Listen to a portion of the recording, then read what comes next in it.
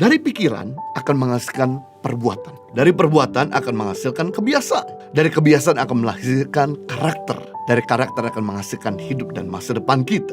Mungkin kamu tidak bisa mengubah orang lain, tapi kamu paling tidak bisa mengubah cara berpikirmu, maka hidupmu akan berubah dan kamu akan jadi sumber inspirasi untuk orang lain berubah. Jadi jangan menuntut dulu orang lain berubah. Rubah dulu cara berpikirmu, hidupmu berubah, maka kamu akan jadi sumber inspirasi untuk orang lain berubah. Pikiranmu, perenunganmu, perencanaanmu, visimu, imajinasimu akan menentukan arah hidupmu, akan menentukan kelak apa yang terjadi dalam dirimu. Kesibukan mengurangkan ketajaman. Kebanyakan ngomong membuat Anda kurang merenung. Kurang merenung membuat Anda jadi kosong.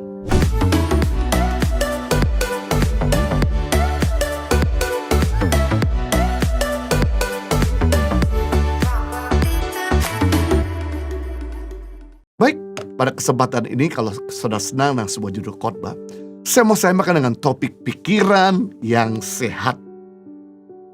Dari pikiran akan menghasilkan perbuatan. Dari perbuatan akan menghasilkan kebiasaan. Dari kebiasaan akan menghasilkan karakter. Dari karakter akan menghasilkan hidup dan masa depan kita. Itu sebabnya pikiran yang sakit akan menghasilkan perbuatan yang sakit. Perbuatan yang sakit akan menghasilkan kebiasaan yang sakit. Kebiasaan yang sakit akan menghasilkan karakter yang sakit. Dan karakter yang sakit akan melahirkan hidup yang sakit. Sebagai pikiran yang sehat akan menghasilkan perbuatan yang sehat. Perbuatan yang sehat akan menghasilkan kebiasaan yang sehat. Kebiasaan yang sehat akan menghasilkan karakter yang sehat. Dan karakter yang sehat akan menghasilkan hidup yang sehat. Perubahan selalu dimulai dari cara berpikir. Cara berpikir berubah, hidup berubah. Cara berpikir konyol, hidup konyol. Karena kamu adalah hasil produk dari apa yang kau pikirkan. Kamu adalah hasil dari apa yang kamu renungkan. Merenungkan hal-hal optimis melahirkan tindakan-tindakan optimis. Merenungkan hal-hal yang salah maka melahirkan tindakan-tindakan yang salah.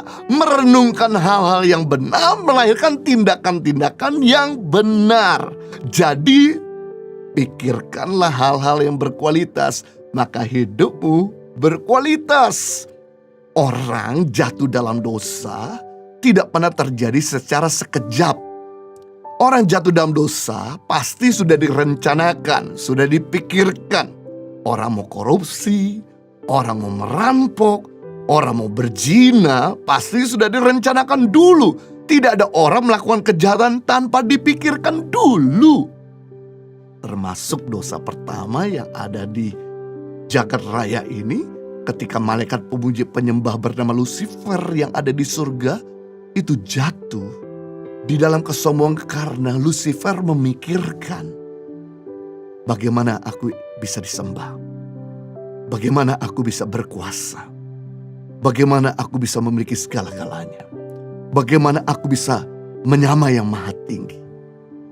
Kata dia selalu ingin bagaimana supaya bisa. Itu sudah ada di pikirannya dulu.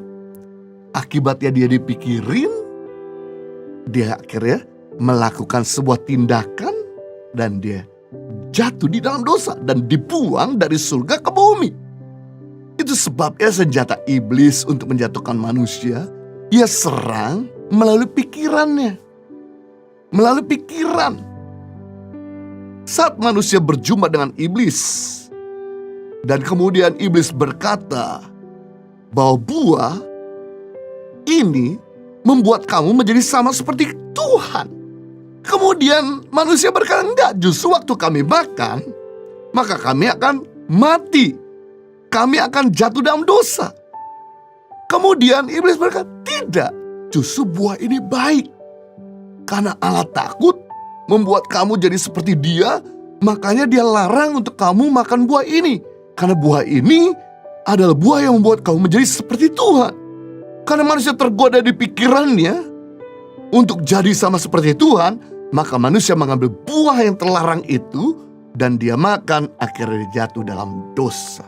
Jadi kita bisa melihat bahwa senjata pamungkas iblis untuk membuat kita menjadi manusia yang jahat, membuat kita jauh dari Tuhan, itu di pikiran. Makanya kata bertobat dalam bahasa Yunani artinya metanoia. Metanoia berasal dari dua akar kata. Meta yang artinya perubahan dan noia yang artinya pikiran. Jadi metanoia adalah perubahan pikiran. Sebelum kita bisa berubah secara perbuatan, kita harus berubah dulu secara pikiran. Berubah dari cara berpikir pecundang menjadi cara berpikir pemenang.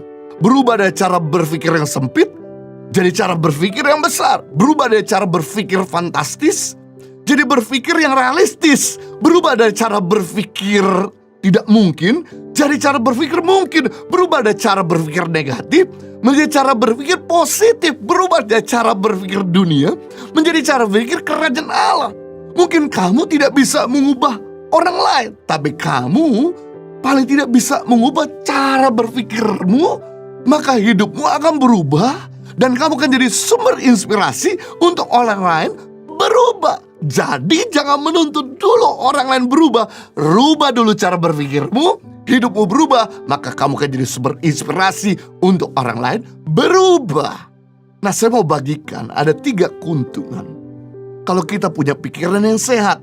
Yang pertama, keuntungan kalau kita punya pikiran yang sehat, menentukan kemenanganmu. Wow, suatu kali ada seorang kakek bertanya sama cucunya, bagaimana cara anjing kecil mengalahkan anjing besar? Cucunya berkata, tidak mungkin, Kek. Di mana-mana pasti anjing besarlah yang mengalahkan anjing kecil. Kemudian kakeknya berkata, mungkin. Dan pasti bisa anjing kecil mengalahkan anjing besar. Caranya sederhana. Jangan kasih makan anjing besar dan kasih makan terus anjing kecil. Maka anjing kecil mampu akan mengalahkan anjing besar. Nah, coba dari cerita ini kita analisa. Apa yang Anda isi setiap hari di dalam kepalamu? Apa yang Anda input berikan makanan di dalam pikiranmu, di dalam hari-hari yang kau lalui? Karena itu akan menentukan kemenangan. Apakah Anda lebih banyak membaca berita yang menakutkan, atau Anda baca berita-berita yang baik? Kalau Anda banyak membaca berita-berita yang baik, pasti Anda akan jadi makin optimis. Jika Anda banyak baca berita-berita yang menakutkan, maka Anda jadi pesimis. Jadi kita bisa melihat hati seseorang itu dari perkataannya. Jadi kita bisa melihat perkataan seseorang itu dari apa yang dimasukinnya, apa yang diterimanya. Wow, penting untuk kita memfilter dari apa yang input di dalam diri kita. Coba pertanyaannya, apakah Anda lebih banyak mendengar firman Tuhan atau Anda banyak mendengar gosip? Jika Anda banyak mendengar gosip, Anda maka akan semakin pahit. Tapi kalau Anda banyak mendengar firman Tuhan, maka Anda akan semakin penuh dengan iman. Roma 10:17. Jadi iman timbul dari pendengaran dan pendengaran oleh firman Kristus. Artinya begini, kata timbul waktu kita berdiri di depan danau yang tenang. Lalu kemudian kita menatap ke depan, kita tunggu 10 menit, 15 menit, ada yang timbul dari danau itu. Atau ikan, buaya atau kodok atau turtle. Masalah danau itu tidak akan pernah menimbulkan sesuatu kalau dia tidak tinggal terlebih dahulu di dalamnya. Karena dia udah tinggal terlalu lama di dalam, maka sekali-sekali dia timbul. Sama hal dengan iman. Sama hal dengan kemenangan. Sama halnya dengan hal-hal yang optimis dan positif dan sehat. Tidak pernah timbul dengan sendirinya kalau kita nggak rajin-rajin mendepositkan kebenaran. Kalau kita nggak pernah rajin-rajin merenungkan kebenaran. Kalau kita nggak rajin-rajin mendengarkan kebenaran. Kalau kita nggak rajin-rajin mempelajari kabar baik. Karena kita udah terus sering mendengar, merenung, bahkan mempelajari, itu akan timbul kapan saja, di mana saja, pada siapa saja. Penting di sini kalau kita mau jadi orang yang positif, orang yang pemenang, kita harus banyak merenungkan hal-hal yang baik, memasukkan hal-hal yang positif. Saya teringat dengan bangsa Israel ketika mengutus 12 pengintai. Bayangkan, dari setiap pengintai itu dipilih oleh Musa dari the best of the best dari setiap suku. Dari suku Ruben satu yang terbaik, dari suku Naftali satu yang terbaik, dari suku Manasye, Efraim, Benyamin dipilih yang terbaik. Dan diutuslah mereka mengintai di tanah perjanjian. Yang aneh, mereka sama-sama melihat opportunity, kesempatan yang sama. Mereka sama-sama melihat berkat yang sama. Mereka sama-sama melihat persoalan, tantangan yang sama. Tapi begitu mereka kembali kepada Musa, basecamp bahasa Inggrislah, maka reportnya berbeda. 10 daripada 12 pengintai berkata tidak mungkin. Walaupun benar tanah yang dijanjikan itu berlimpah susu dan madu, buah-buahan sayur-sayuran, tapi kita ini melihat bahwa di sana juga punya tantangan, yaitu musuh yang akan kita hadapi besar, kuat, bengis, dan banyak. Kita ini bagaikan belalang di hadapan mereka. Tapi yang menarik, ada 2 orang dari 12 pengintai itu berkata tidak. Benar, tanah yang dijanjikan itu ada berlimpah susu dan madu, dan orang-orang kuat, perkasa, dan banyak, lebih hebat dari kita. Tapi Tuhan berjanji bahwa kita akan mengalahkan mereka. Saya percaya dalam perjalanan mereka dari tanah perjanjian kembali ke padang gurun, maka 10 pengintai merenungkan hal-hal yang buruk, sedangkan 2 pengintai merenungkan hal-hal yang baik. Makanya hasilnya berbeda. Dari 2 juta bangsa Israel cuma hanya 2 orang yang merenungkan, yang memikirkan hal-hal positif yang masuk dalam perjanjian. Padahal 2 juta bangsa Israel percaya bahwa Tuhan itu besar, bahwa Tuhan itu maha kuasa. Tapi percaya Tuhan itu besar dan cukup. Kita juga harus merenungkan kebenaran. Kita juga harus punya iman, sehingga hanya cuma mereka yang optimis, yang pikirannya sehat, yang akhirnya menentukan kemenangan, yang akhirnya meraih janji Tuhan. Jadi kita bisa melihat di sini, iman adalah modal kita menuju ke tempat yang belum kelihatan. Iman adalah modal kita menuju ke tempat yang belum pasti. Jadi kalau kita mau meraih tempat-tempat yang belum kelihatan, kalau kita mau mencapai hal-hal yang belum pasti, kita harus menggunakan namanya iman. Bagaimana iman itu bisa didapatkan? Yaitu dengan banyak merenungkan yang benar, mengeliminasi semua pikiran yang buruk.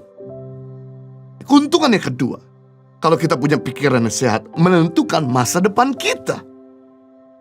Yang pertama menentukan kemenangan, yang kedua menentukan masa depan kita.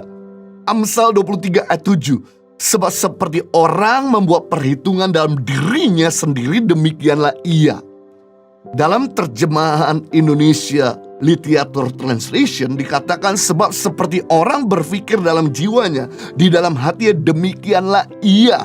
Wow, berarti pikiranmu, perenunganmu, perencanaanmu, visimu, imajinasimu akan menentukan arah hidupmu, akan menentukan kelak apa yang terjadi dalam dirimu. Dahsyat sekali. Tuhan itu memberikan kemampuan untuk kita dapat berimajinasi. Imajinasi adalah alat untuk kita traveling ke masa depan. Semua barang yang ada di sekitar kita seperti pesawat terbang, mobil, motor, komputer, air conditioner, dagang, desain, gedung adalah hasil dari imajinasi seseorang. Semua ciptaan manusia adalah hasil dari visi seseorang. Seperti iPad, iPhone, MacBook adalah hasil pemikiran dari Steve Jobs. Waktu saya punya iPad 1 dan kemudian saya servis, dibongkar dia badan bagian belakangnya. Nah, waktu dibuka saya kaget, rupanya iPad 1 walaupun tidak punya kamera sudah tersedia tempat untuk menaruh kamera. Berarti Steve Jobs sudah memikirkan iPad 1 tanpa kamera, iPad 2 akan dipakaikan kamera, iPad 3 akan diberikan kamera lebih baik, sampai seterusnya. Betapa dahsyat ya kekuatan sebuah pikiran. Maka jangan penuh pikiran kita dengan hal-hal yang sia-sia, hal-hal yang bikin kita justru gak berani melangkah. Agar kita tidak hang, tidak stuck. Agar kita tetap dinamis. Kenapa kamu sulit berpikir ke depan? Kenapa seringkali kita melihat ke belakang? Karena otak kita dipenuhi dengan memori yang sia-sia, dipenuhi memori yang menakutkan. Makanya penting di situ kita delete, remove, hapus, bersihkan semua hal-hal yang tidak perlu kita pikirkan. Seperti kepahitan, mental block, trauma masa lalu, pikiran sia-sia, perkataan orang yang justru memadamkan kita untuk melangkah, membuat kita down. Maka kamu bisa berpikir ke depan. Kamu jadi punya visi jelas tentang masa depanmu. Karena visi adalah kemampuan seseorang melihat sebuah akhir dari permulaan. Visi adalah kemampuan seseorang melihat garis akhir dari garis awal. Sama seperti kita main jigsaw puzzle. Sebelum kita bisa menyusun gambar-gambar potongan jigsaw puzzle itu, kita harus lihat gambar akhirnya dulu. Karena kita udah melihat gambar akhirnya terlebih dahulu, maka dengan mudah kita akan menyusun sekalipun itu potongannya berantakan dan sulit acak-acakan. Sama halnya dengan hidup ini, kalau kita nggak pernah lihat visi, gambar akhir, imajinasi, apa yang kelak Tuhan mau berikan dalam kehidupan kita, apa yang kita mau untuk capai, maka kita akan kesulitan untuk menyusun langkah-langkah hidup kita. Tapi kalau kita tahu gambar akhir, maka sekalipun tantangan kita hadapi, persoalan kita hadapi, itu tidak akan pernah membuat kita berhenti di tempat. Kita akan terus maju ke depan. Tidak lihat gambar akhir, maka kita nggak kemana-mana, alias jalan di tempat. Artinya begini, kalau kita nggak punya pemikiran terus traveling ke depan, atau tidak punya visi, kita seperti lari di treadmill yang kelihatannya lari, tapi cuma statis ada di tempat. Kelihatannya sibuk, tapi nggak ada hasil. Pernahkah Anda melihat orang-orang yang sibuk kelihatannya tapi nggak ada hasil? Nah, inilah orang-orang yang tidak punya visi. Orang-orang yang nggak pernah merenungkan hal-hal ke depan. Orang yang nggak punya visi selalu mengulang kehidupan yang lama. Karena dia nggak bisa lihat ke depan, jadi lihat ke belakang. Kalau ada orang yang suka ngungkit-ngungkit masa lalu seseorang, masa lalu hidupnya, pasti orang itu adalah orang yang tidak pernah berpikir melenting ke depan. Nah, murid Yesus ketika Yesus mati, maka mereka kehilangan visi. Apa yang terjadi ketika tahu bahwa gurunya mati, yang menjadi pembebas penyelamat mati, akhirnya kembali ke masa lalunya, yang notabene mereka udah tinggalkan 3,5 tahun yang lalu, menjadi seorang nelayan, dan mereka kembali lagi menjadi seorang nelayan. Dan apa yang terjadi? Akhirnya mereka kerja nggak ada hasil sama sekali. Mereka nangkap ikan semalam-malam, tidak ada hasil sama sekali. Membuktikan bahwa ketika seseorang nggak bisa lihat ke depan, dia akan lihat ke belakang. Jadi kalau engkau mau berhenti dari ngomongan tentang masa lalumu, engkau suka ngungkit-ngungkit persoalan orang lain, hari ini mari delete, hapus, clears memori di kepalamu, mulai travelinglah ke depan, renungkanlah hal-hal ke depan. Visi membuat Anda jadi tajam, produktif, efektif, dan maksimal. Istri saya Henny, dia dapat visi bahwa dia mau fokus di pelayanan YouTube. Karena dia mau fokus di pelayanan YouTube, jadi dia akhirnya lepasin pelayanan khotbah keliling. Wow, lagi naik daunnya, dia harus justru nolakin pelayanan. Baik gereja besar maupun gereja kecil, persekutuan kecil maupun persekutuan besar.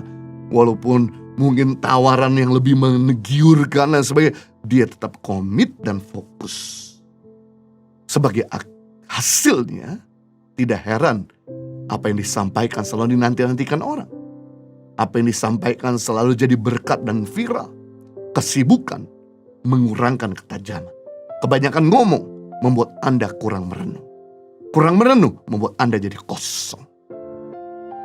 Keuntungan yang ketiga, kalau kita punya pikiran yang sehat, menentukan sikap positif. Wow, kenapa sikap seseorang selalu negatif? Karena pikirannya negatif dan tidak ada yang positif. Efesus 4 ayat 8. Jadi akhirnya saudara-saudara, semua yang benar, semua yang mulia, semua yang adil, semua yang suci, semua yang manis, semua sedap didengar, semua disebut kebajikan, dan semua patut dipuji, pikirkanlah. Semuanya itu, renungkanlah. Semuanya itu, godok terus. Jangan lupakan semuanya itu. Pikirkan semuanya itu, ada pikirkan semua yang positif. Positif artinya benar, mulia, baik, berkualitas, confirm. Makanya seseorang kalau udah kena positif COVID, confirm dia positif. Positif artinya pasti, mutlak, tidak ada yang negatif, tidak ada yang kurang. Nah, semua ahli medis, semua ahli psikologi, semua ahli terapi spiritual memberikan kesimpulan berpikir positif adalah obat yang amat manjur untuk kesehatan seseorang. Ternyata betul kata Amsal 17:22, hati yang gembira adalah obat yang manjur, tetapi semangat yang patah mengeringkan tulang. Wow, pikiran yang gembira adalah obat yang manjur, tapi pikiran yang negatif melelahkan jiwa.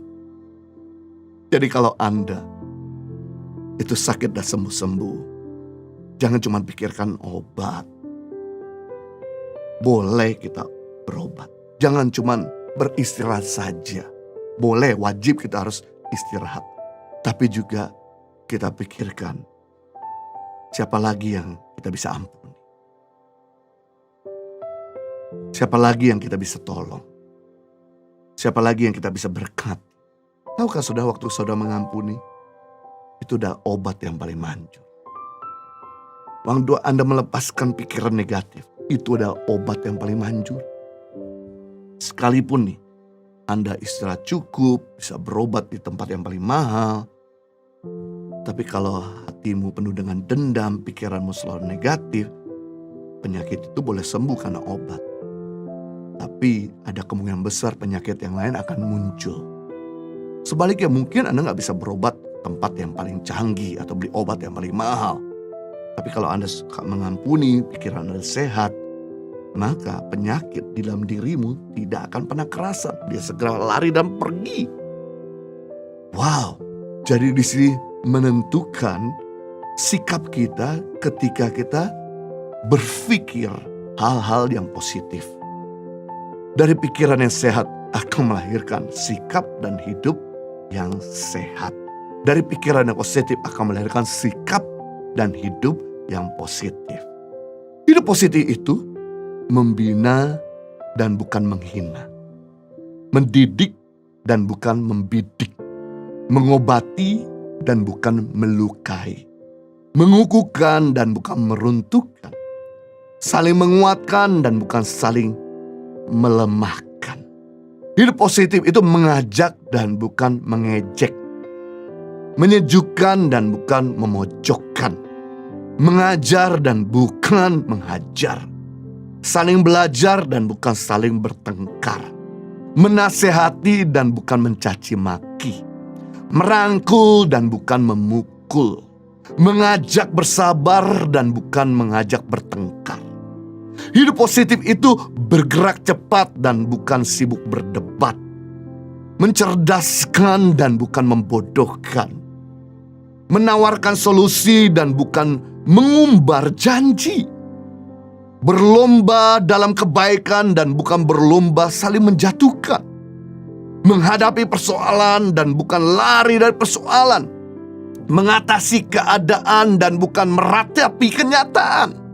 Hidup positif itu punya sikap menebar kebaikan dan bukan menggoreng kesalahan. Menutupi aib dan memperbaikinya dan bukan mencari-cari aib dan menyebarkannya. Menghargai perbedaan dan bukan meracuni perbedaan. Mendukung semua program kebaikan dan bukan memunculkan keraguan.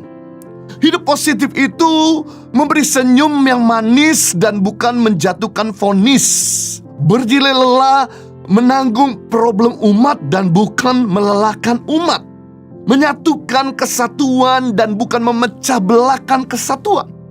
Harmonis dalam perbedaan dan bukan ribut mengklaim kebenaran, siap menghadapi musuh dan bukan selalu mencari musuh. Hidup positif itu mencari teman dan bukan mencari lawan, meluruskan kesesatan dan bukan memutarbalikkan kebenaran, serasi dalam kebersamaan dan bukan bangga dengan kesendirian, menampung semua lapisan dan bukan memecah belahkan persatuan, mengatakan aku mengasihi kamu dan bukan aku membenci kamu, mendatangi dan bukan menunggu dipanggil, saling memaafkan dan bukan saling menyalahkan. Selamat, jadi sehat dan positif dalam perbuatanmu, diawali dari pikiran.